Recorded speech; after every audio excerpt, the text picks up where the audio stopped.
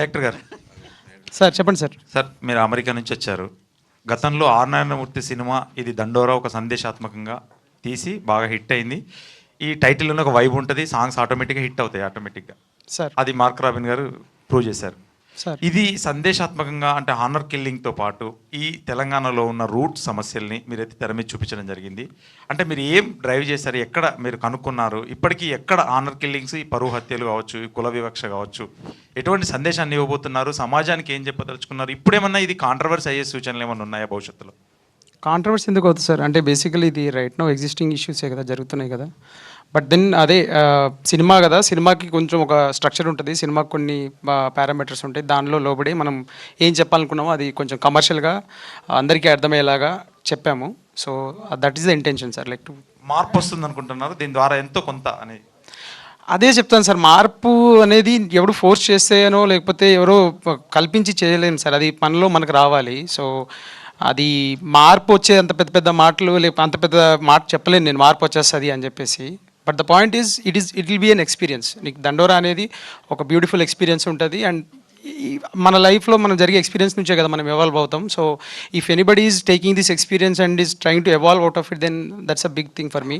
అంతే కోరుకుంటున్నాను నేను, మార్పు లాంటిది ఏం లేదు. రాబిన్ అన్న, గతంలో మీరు ఆర్ఆర్ సూపర్ స్పెషాలిటీ అని చెప్పేవాళ్ళు, చాలా పేరు వచ్చింది కూడా. ఈ సాంగ్తో ఇంకా మీరు ప్రూవ్ అయిపోయారు. ఏంటంటే ఈ song next level. Thank you. అందరు ఏం తాగి కొట్టారన్నారు, కాకపోతే మీరు తాగే కొట్టారు కాబట్టి ఈ రేంజ్లో ఉంది. అంటే ఈ సాంగ్ ఏ టైంలో చేశారని అదని చెప్పండి, మాకు అర్థమైపోతుంది. టీయా వేరే ఏం తీసుకున్నా? నైట్స్లోనే బేసికలీ మనోడు నైట్లలో వస్తుండే కూర్చొని ఇక మొత్తం సాంగ్ డిస్కషన్, ఫిలిం డిస్కషన్ అయిన తర్వాత అక్కడనే ఇక డప్పులు తెప్పించి కొట్టి అట్లా దండోరా స్టార్ట్ అయింది. కాకపోతే దీనికి నాకు అందరు మ్యూజిషియన్స్ హెల్ప్ చేసిండ్రు. యాంథనీ దాస్ పాడిండు, తన help it's a great help. And Kasarla Shyam అన్న రాసినప్పుడు అసలు మేమందరం షాక్ అయిపోయిన, ఒక్క లైన్ కూడా దాంట్లో కరెక్షన్ చెప్పలేదు అనమాట. ఇట్స్ బ్యూటిఫుల్గా రాసిండు, వెరీ మూవింగ్. ఇక అట్లా అంత టీం అందరు ఒక వైబ్లో ఉండే చాయ్ దాక్కుంటా చేసేసినాం అట్లా. ఓకే బెన్నెన్న, చాలాసార్లు అడిగావు ఆఫ్లైన్లో మా సినిమా ఏంటని. ఈ సినిమా ఖచ్చితంగా హిట్ అవుతుందన్న ఇప్పటికే తెలుసుకున్న ప్రకారం వర్కౌట్ అవుతుంది.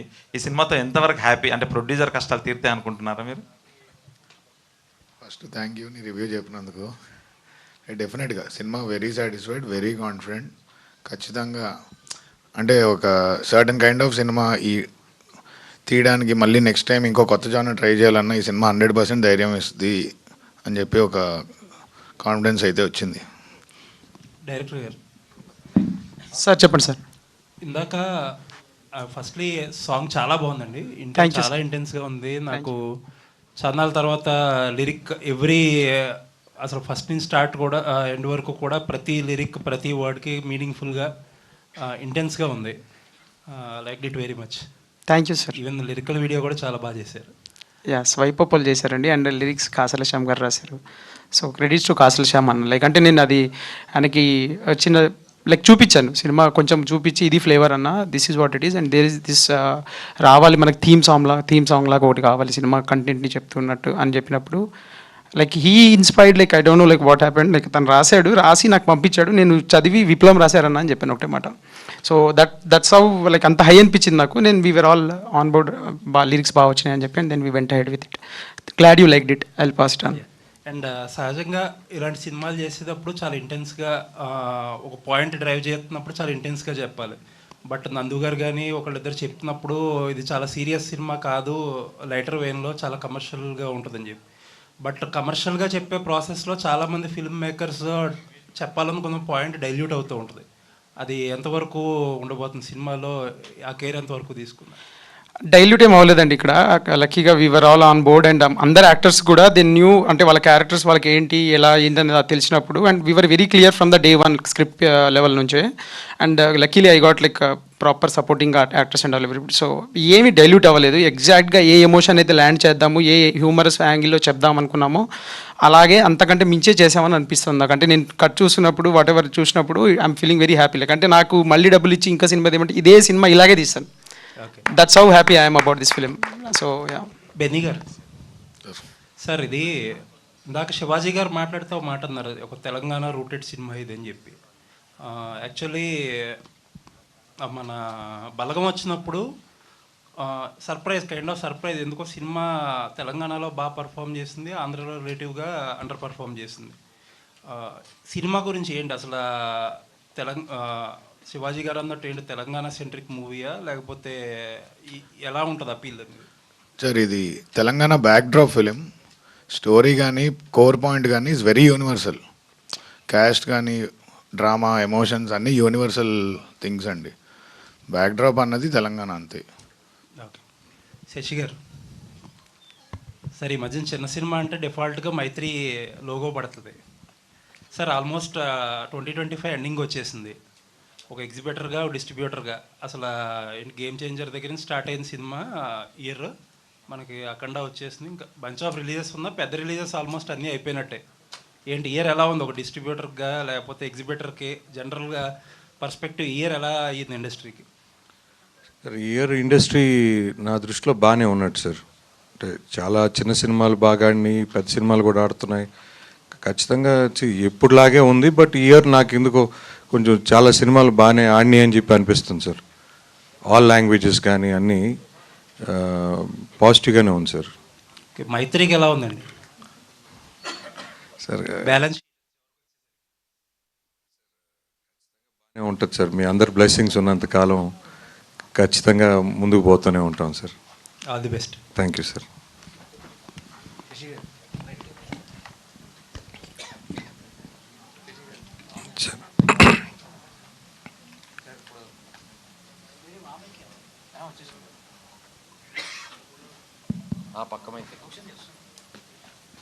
సార్ ఇప్పుడు పెద్ద సినిమా రిలీజ్ చేస్తున్నాం అంటే మనం ఖచ్చితంగా ఆబ్వియస్గా దాంట్లో ఒక రెస్పాన్సిబిలిటీ ఉంటుంది, డబ్బులు అనేది కనపడుస్తూ ఉంటుంది. బట్ ఇలాంటి సినిమాలని ఇప్పుడు ఇందాక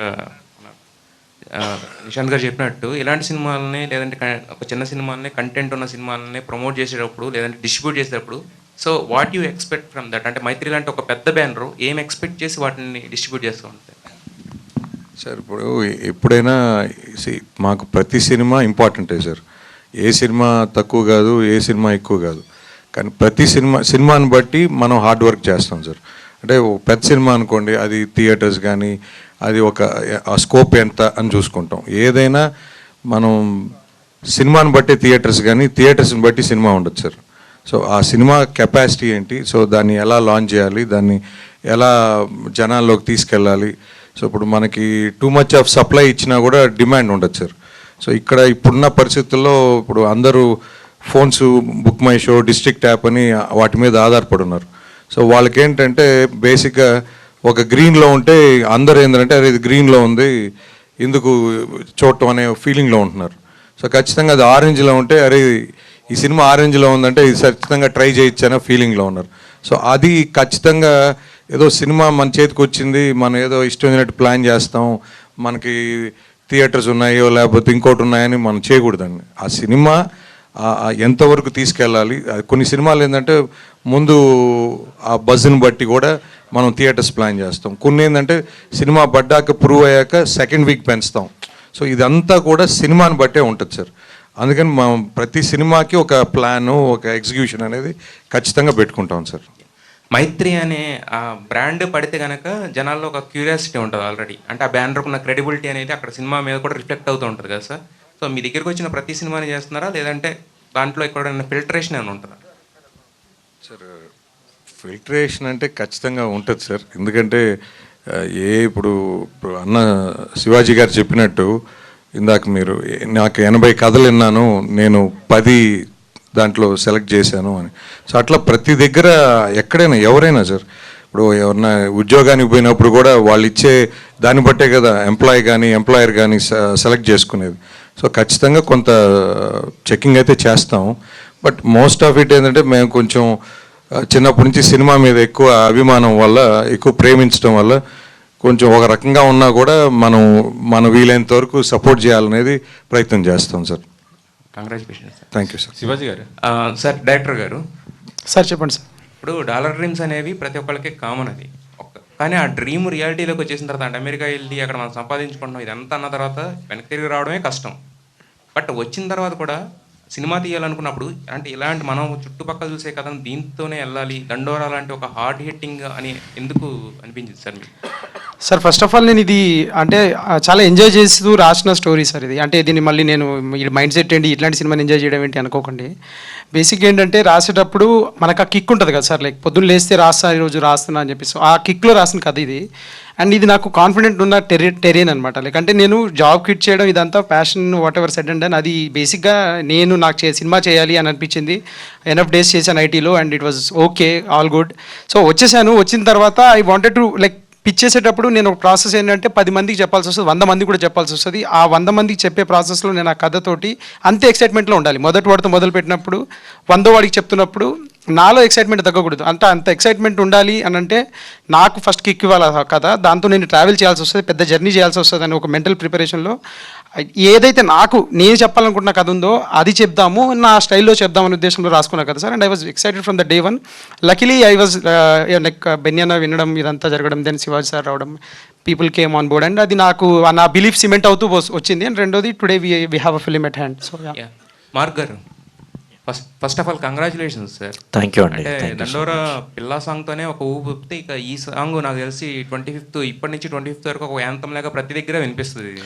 అవునండి. మీరు అన్నట్టు టీ దగ్గర కొట్టారు ఏమైంది అది పక్కన పెడితే టీ షాపుల దగ్గర నుంచి ఏ షాప్ దగ్గరికి అయినా సరే ఈ సాంగ్ వినిపించేలా ఉంది అందరికి అప్పీలింగ్ గా. థ్యాంక్ యూ అండి. ఆ మట్టి బతుకి ఎట్టి బతుకి ఎవడు రాశాడు వెనకటికి అని ఒకటి, ఆ ఒంటి సుఖానికి మరో ముఖంకి అసలు ఆ లైన్స్ వింటుంటే ఏంటంటే అలా జస్ట్ అలా మైండ్లో కూర్చుండిపోతుంది అనమాట ఒక్కసారి వినంగానే కూడా.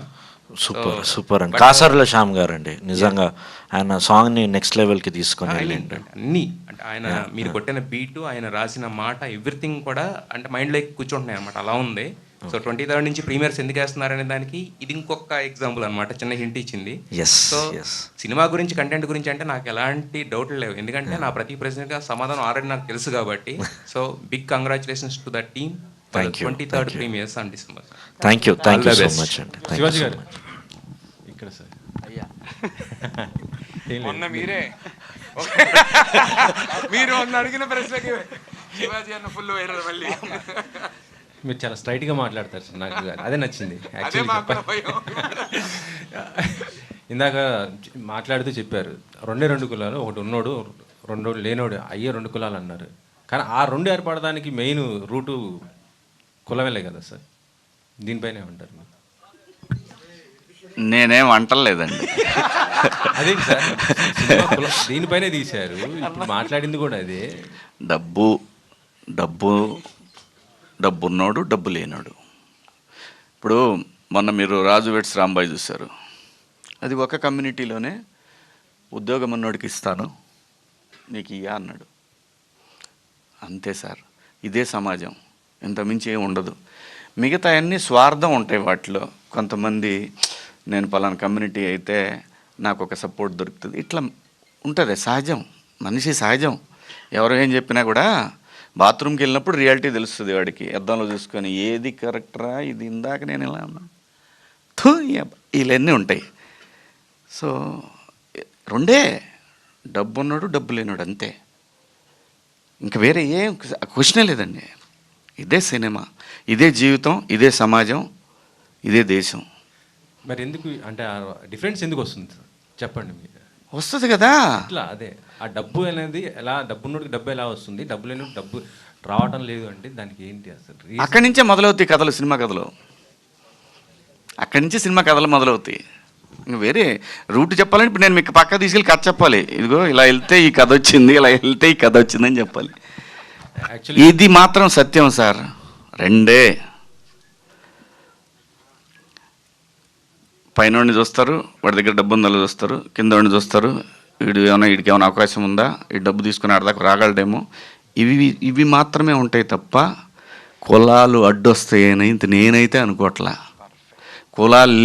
కులాలు డబ్బున్న కులం, డబ్బు లేనాడు కులం, ఈ 2 ఉంటాయి. ఇంకంతే, ఇంక వేరే ఏముండవు.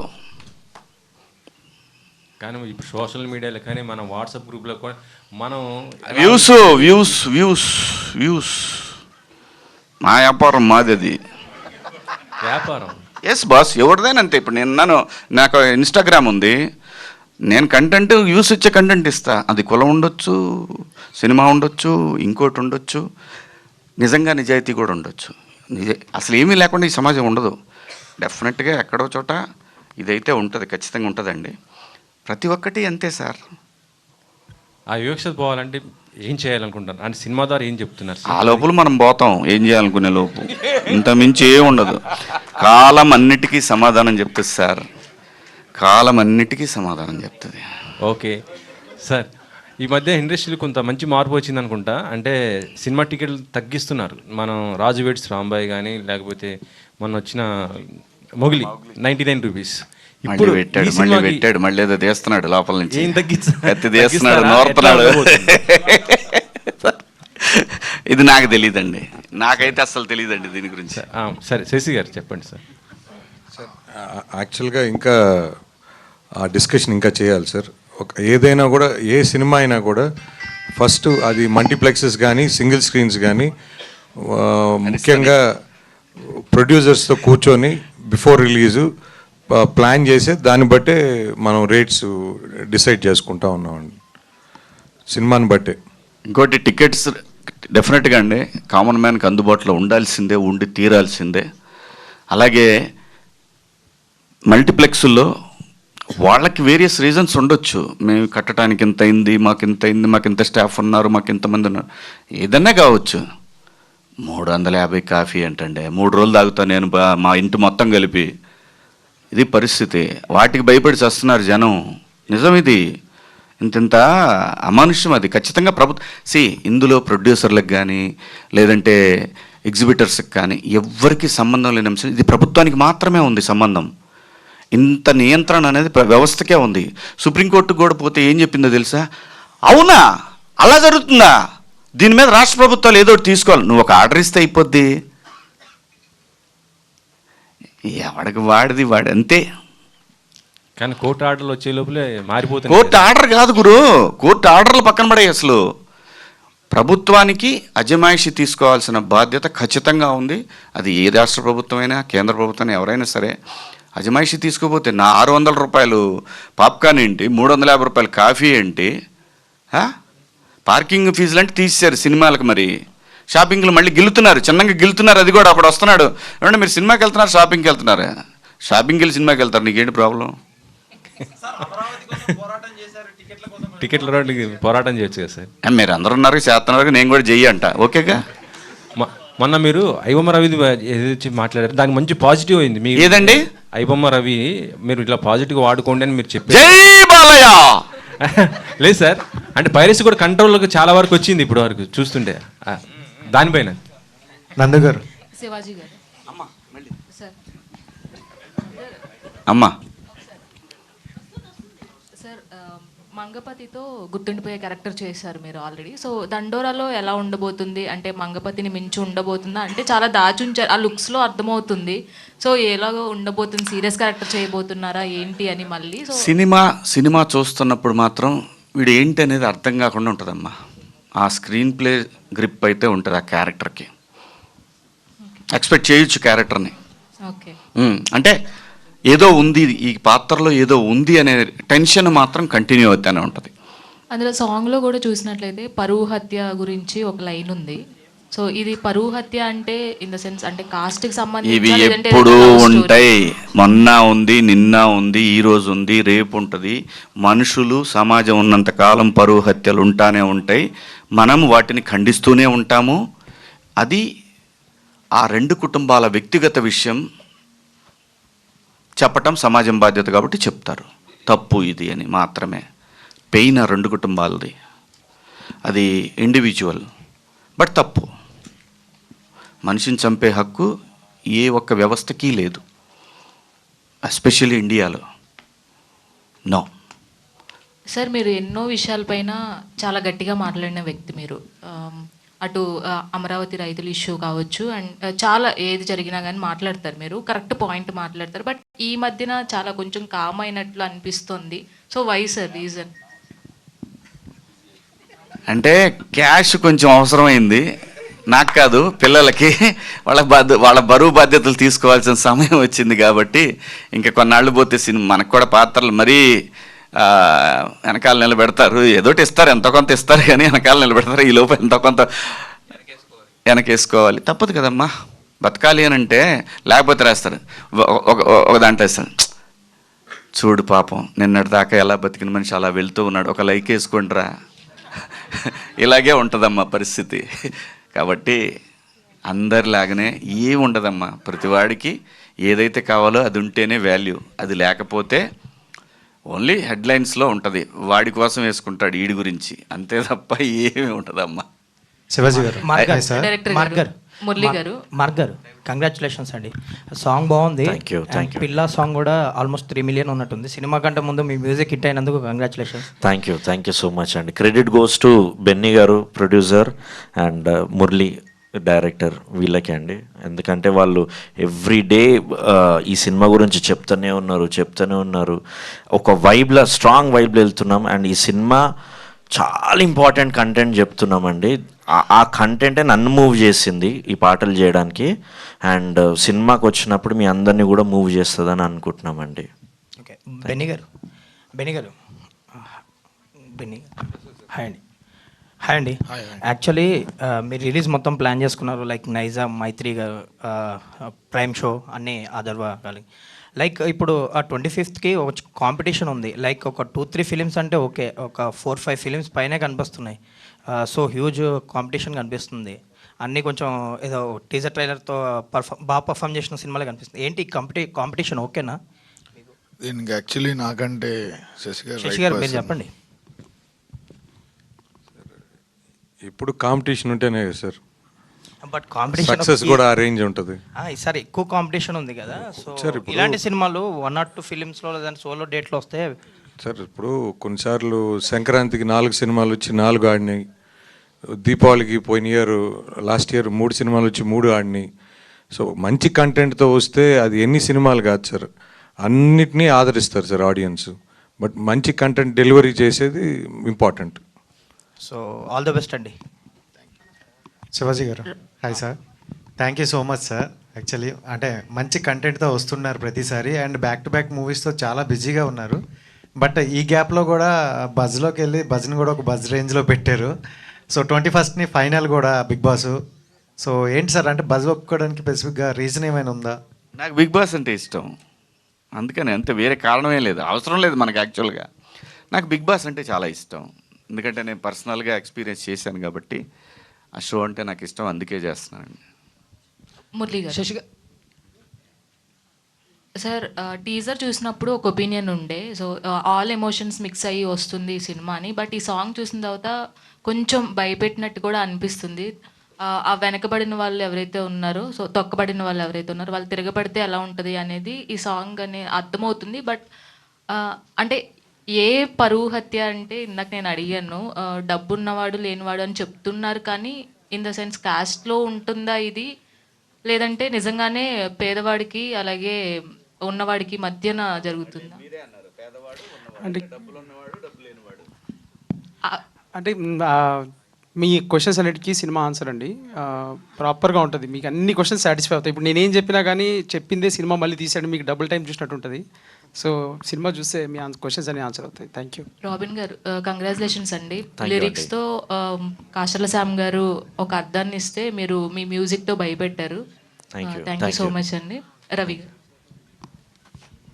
ఎలా ఉండబోతుందండి ఈ సినిమాలో మీ క్యారెక్టర్? నందు గారిని చూస్తుంటే ఆల్రెడీ ఫ్రస్ట్రేటెడ్గా అన్నట్టు అనిపిస్తుంది, మరి మీ క్యారెక్టర్ ఎలా ఉండబోతుంది? ఏదైనా చిన్న ప్రొడ్యూసర్ ఒక సినిమా చేయాలి అని వస్తే కనుక వాళ్ళకి షో రీల్ లాగా ఉంటుంది. నా క్యారెక్టర్ అయితే మాత్రం the best. Love emotions, songs, proper fight అన్నీ ఉంటాయి. సో ఒక కమర్షియల్ సినిమాకి ఏదైతే కావాలో ఒక చిన్న సినిమాకి అవన్నీ ఉంటాయి. సో అవన్నీ నా క్యారెక్టర్ ద్వారా నాకు హెల్ప్ అవుతుంది. 100% అవన్నీ ఉంటాయి. All the best. Thank you. Sasi గారు, సార్ తెలంగాణలో ఇక మీద టికెట్ రేట్స్ పెంచేది లేదని చెప్పేసి కోమటిరెడ్డి గారు చేసిన వ్యాఖ్యలు బాగా వైరల్ అవుతున్నాయి. సో యాజ్ ఏ డిస్ట్రిబ్యూటర్గా, సో దీని మీద మీరు ఎలాంటి స్టాండ్స్ తీసుకుంటారు, ఏంటి, ఏం ఆలోచిస్తున్నారంటే ఫ్యూచర్లో పెద్ద సినిమాలకి ఏమన్నా ఎఫెక్ట్ అవుతుందా, లేదా మళ్ళీ ఆ టైంలో ఇండస్ట్రీ పెద్దలు కానీ హీరోలు కానీ వెళ్ళి మళ్ళీ మాట్లాడితే మళ్ళీ పెంచుతారు, ఇది జరిగే ప్రాసెస్సేనా? సరే, ఇది మీరు చెప్పింది నిన్నే మార్నింగ్ చూశాను. ఖచ్చితంగా మా పెద్దలతో మాట్లాడి తప్పకుండా సిచ్యువేషన్ బట్టి దాన్ని బట్టి మాట్లాడతామండి. Thank you sir. Thank you sir. Nandu అన్న, సహాయనా. 2025లో బ్యాక్ టు బ్యాక్ రాబోతుంది, బట్ 26కి వెళ్ళిపోయారు. కరెక్ట్. అంటే ఒక సినిమా బాగుందంటే ఈజీగా 1 వీక్ 10 డేస్ అనేది కొంచెం మంచి టైం అది. అవును. సో మీకు ఒకవేళ టాక్ వచ్చేలా ఉంటే అండ్ బ్యాక్ టు బ్యాక్ మళ్ళీ జాన్లో మూవీస్ ఉన్నాయి, పెద్ద మూవీస్, కానీ నేను ఎఫెక్ట్ అవుతుందేమో అని అనుకోలేదన్నా. లేదు లేదు, నేను Jan 1st నాది రిలీజ్. సో Jan 1st గురువారం అయింది, 2, 3, 4 శుక్ర శని ఆదివారాలు అయింది, 4 రోజులు ఉంది. ప్రభాస్ అన్న సినిమా 9వ తారీఖు వస్తుంది. సినిమా బాగుంది అంటే నాకు ఆ 4 days రన్ కూడా వస్తుంది. సో యాక్చువల్గా నాకు మంచి డేట్. నాకు సురేష్ బాబు గారు, రానా అన్న ఇద్దరు కలిసి కూర్చోబెట్టి ఎక్స్ప్లెయిన్ చేశారు ఇందుకు ఇది ఇంకా better. So I'm actually happier. ఆ రోజు కొంచెం షేక్ అయ్యాను, పోస్ట్ పోన్ అని వెంటనే, బట్ యాక్చువల్గా నాకు చాలా చాలా మంచి డేట్ నా సినిమాకి Jan 1st అనేది మాత్రం వెరీ కాన్ఫిడెంట్. లాస్ట్ వరకు అఖండ అనుకున్న వరకు రిలీజ్ అయిపోద్దానే అన్నారు, బట్ వన్స్ అఖండ అనేసిన తర్వాత ఇంకా డ్రాప్ అయిపోయారు. సో ఎలా అనిపించింది అన్న ఆ సిచ్యువేషన్? అఖండ ఇంకా 12th రిలీజ్ అని మాకు ఎప్పుడైతే అఫీషియల్గా చెప్పారో, రానా అన్న ఇంకా సురేష్ సార్ పిలిచారు నన్ను, పిలిచి కూర్చోబెట్టి మనం బాలయ్య సినిమా వస్తున్నప్పుడు మనం పక్కకి వెళ్ళాలన్నా మనం, because maximum theatres occupancy, internet buzz అవుతూ ఉంటుంది, ఎవ్రీథింగ్ బాలయ్య మేనియా ఉంటుంది. So we have to respect that. ఒకడు బాలయ్యకి ఎదురొచ్చినా వాడికే రిస్క్, బాలయ్యకి మనం ఎదురు వెళ్ళినా మనకే రిస్క్. సో నేను తప్పుకొని ముందుకెళ్ళాను చక్కగా. బాలయ్య గారి బ్లెస్సింగ్స్తో బాలయ్య బాబు గారి ఫ్యాన్స్ అందరూ నాకు సపోర్ట్ చేస్తున్నారు నిజం చెప్పాలంటే. నందువు నేను సినిమా కూడా వెళ్ళాను, వెళ్ళాను. నాకు మేము సినిమా ఇలా నేను నా cinema psych Siddhartha post phone అని నేను రానా అన్న ఒక వీడియో వేసాము. అందులో వి లవ్ యూ బాలయ్య అని పెట్టిన వెంటనే అది బాగా న్యూస్ స్ప్రెడ్ అవటం, బాలయ్య బాబు ఫ్యాన్స్ మమ్మల్ని శ్రీరాములు థియేటర్కి స్పెషల్గా ఇన్వైట్ చేశారు, రండి కలిసి సెలబ్రేట్ చేద్దామని. సో మరి ఇంకా మన సినిమా ఫస్ట్ జాయిన్ ఉంది, మనం కమాన్ వెళ్ళి నా సినిమా లేకపోయినా బాలయ్య సినిమాకి వెళ్ళి చూసేవాడిని. ఏదో ఫ్యాన్స్తో బాగా ఎంజాయ్ చేశాను. మరి మీ దండోరా ఈవెంట్కి బాలయ్య గారిని చీఫ్ గెస్ట్కి పిలవచ్చుగా? నేనా అన్నా? బాగుంటుంది, నేను ప్రయత్నిస్తాను. బాలయ్య బాబు గారిని కలవాలి, వెళ్ళి ఇవాళ రేపట్లో ఒక రోజు కలుస్తాను బాలయ్య బాబు గారిని. భయపడి ఇంకేంటి అయిపోద్ది. డైరెక్టర్ గారు అయిద్ది కదనా, చెప్పండి. మీతో మాట్లాడాలండి, నెక్స్ట్ టైం నుంచి ప్రెస్ మీట్కి వస్తుంటే మీరు ఉన్నారో లేదో చూసుకుని వచ్చేలా ఉన్నారు శివాజీ అన్న. మార్క్ గారు. డైరెక్టర్ గారు హలో అండి. హలో అండి. అయితే ఇట్స్ నాట్ అబౌట్ ద చిన్న సినిమా పెద్ద సినిమా కాదండి, it's all about the content బాగుంటే ఆడియన్స్ ఆటోమేటిక్గా థియేటర్స్కి వస్తారు, చూస్తారు అండ్ దాన్ని సక్సెస్ చేస్తారు. అయితే రీసెంట్గా వచ్చిన సినిమాలు, చాలా సినిమాలు ప్రీ రిలీజెస్లో కావచ్చు, వాళ్ళు చెప్పడం ట్రైలర్ రిలీజ్లో, టీజర్ రిలీజెస్లో చాలా బాగుంటుంది అని చెప్పడం, థియేటర్కి వెళ్ళి డిసప్పాయింట్ వచ్చిన ఆడియన్స్ చాలామంది ఉన్నారు. So that one particular element థియేటర్కి వచ్చి ఆ 2.5 hours ఎంజాయ్ చేస్తారు సినిమాని అని చెప్పడానికి 1 wordలో మీరు ఏం చెప్తారు? అంటే సినిమా చాలా బాగుంటుందండి, అఫ్ కోర్స్. ఎగ్జాక్ట్లీ అదే, ఇవే చెప్పి ఆడియన్స్ ని థియేటర్ దాకా. అంటే మీరు మా కంటెంట్ చూస్తున్నారు కదండి, అంటే మేము క్రెడిబిలిటీ బిల్డ్ చేసుకుంటా ఉన్నాము. కంగ్రాచులేషన్స్ అండి, నిజంగా చాలా బాగుంది content. Thank you so much. But still audience that one hook point ఏదైనా ఉంటుంది థియేటర్లో అట్లా కూర్చోబెట్టడానికి అని అంటే మీ మాటలో ఏం చెప్తారు అని అంటున్నారు. ట్రైలర్ వస్తుందండి, ట్రైలర్ దాకా వెయిట్ చేయండి and slowly yeah. Thank you అండి. మ్యామ్, సాంగ్ అయిన వెంటనే మీరిద్దరు మాట్లాడుకోవటం విన్నాను, కంటెంట్ మీద అసలు ఒపీనియన్ మారిపోయింది, పగిలిపోయింది అని అన్నారు. సో అదే ma'am, that's the opinion. Shivaji గారు. శశి గారు సార్, ఆంధ్ర కింగ్ తాలూకా సినిమా రిలీజ్ అయ్యి మంచి టాక్ వచ్చింది, కానీ కొద్దిగా ఎందుకు బాక్స్ ఆఫీస్ దగ్గర కొద్దిగా వెనకబడిపోయింది. ఏంటి సార్ ఎందుకు? మాట్లాడుకుందాం. మార్క్ గారు. శివాజీ గారు. సార్ మార్క్ గారు. సార్ ఇదే సార్ ఒక్కసారి, అంటే సినిమా బాగా టాక్ అయితే వచ్చింది కదా సార్, మంచి టాక్ వచ్చింది, రివ్యూస్ బాగా వచ్చాయి, కాకపోతే బాక్స్ ఆఫీస్ దగ్గర కొంత. అంటే ఇక్కడ ఒకటి సార్, మీరు మీ మైండ్లో ఏముందో మాకు తెలియదు, మా మైండ్లో వరకు బాగా చేసింది అది సార్. సాయంత్రం సార్ ఉస్తాద్ భగత్ సింగ్ సాయంత్రం సాంగ్ రిలీజ్ ఉంది కదా, ఏంటి సార్ అది? దానిపై సార్ ఎక్స్ట్రాడినరీగా ఉంటుంది సార్. పవన్ కళ్యాణ్ గారు, మేము ఆ సెట్కి కూడా పోయాను, ఎక్స్ట్రాడినరీ. రిలీజ్ డేటు అదేనా సార్ లేకపోతే మారుతుంది సార్? అది రవి గారిని అడగాలి సార్, నవీన్ గారిని. మార్క్ గారు. సార్ మార్క్ గారు. చెప్పండి సార్ చెప్పండి. ఒక 2 questions sir, final 2 questions. Yes Mark sir, so అంటే మీరు చాలా మూవీస్ చేస్తున్నారు అండ్ పెద్ద హీరోస్ గోస్ట్ లాంటి సినిమాలు చేసి ఉండి కూడా అంత ఎక్కువ రిప్రజెంటేషన్ లేదు, బట్ దండోరా గివ్స్ యూ దట్ అనే రిప్రజెంటేషన్ వస్తుంది దండోరాతో మీకు అంటున్నారు. సాంగ్ ఒకటే కాకుండా మ్యూజిక్ బ్యాక్గ్రౌండ్, ఎందుకంటే దండోరా అనేది కంప్లీట్లీ రూరల్ బ్యాక్డ్రాప్కి సంబంధించి, సో దీన్ని మ్యూజిక్ చేయడం అనేది కొంచెం ఇట్స్ ఎ టిపికల్ థింగ్, అంటే ఆ రూరల్ ఎఫెక్ట్స్ కానీ ఆ పాస్ట్ థింగ్స్ కానీ తీయాలి. సో మ్యూజిక్ చేసేటప్పుడు ఎలాంటి ఇది తీసుకున్నారు సార్? ఛాలెంజింగ్గా ఉండే అండి యాక్చువల్గా, ఎందుకంటే మన మెదక్ సైడు లేకపోతే కొంచెం మన వరంగల్ సైడు ఇన్స్ట్రుమెంట్స్ కొన్ని ఉంటాయి, మన తెలంగాణ ఇన్స్ట్రుమెంట్స్. సో అవన్నీ గ్యాదర్ చేసి బ్యాక్గ్రౌండ్ స్కోర్లు అవన్నీ వాడడం జరిగింది. రియల్లీ పెద్ద టాస్క్ ఉండే అండి ఇది, బట్ ఈ ఎక్స్పెరిమెంట్ వర్కౌట్ అవుతుంది అని we hope. And it's very very very informative film అండి. దీంట్లో ఒక కంటెంట్ ఇవ్వాలంటే దండోరా టైటిల్ సాంగ్ ఏదైతే ఉందో అది మీరు ఒక్కసారి మళ్ళీ తిరిగి ఒక్కసారి లిరిక్స్ మీరు గమనిస్తే అదే సినిమా అండి యాక్చువల్గా. శివాజీ గారు నమస్తే అండి. నమస్కారం అమ్మా. అంటే మీరు ఆఫ్ స్క్రీన్ అండ్ లైక్ మంగపతిగా చూసిన దగ్గర నుంచి మిమ్మల్ని ఆఫ్ స్క్రీన్ అయినా ఎక్కడో దగ్గర ఆ లౌడ్నెస్ అన్నది తెలుస్తోంది బజ్లో చూసినప్పుడు కూడా. కాకపోతే మీరు ఫ్రమ్ దట్ అంటే లైక్ మంగపతి చూసిన తర్వాత అందరూ శివాజీ 2.0 అంటున్నారు.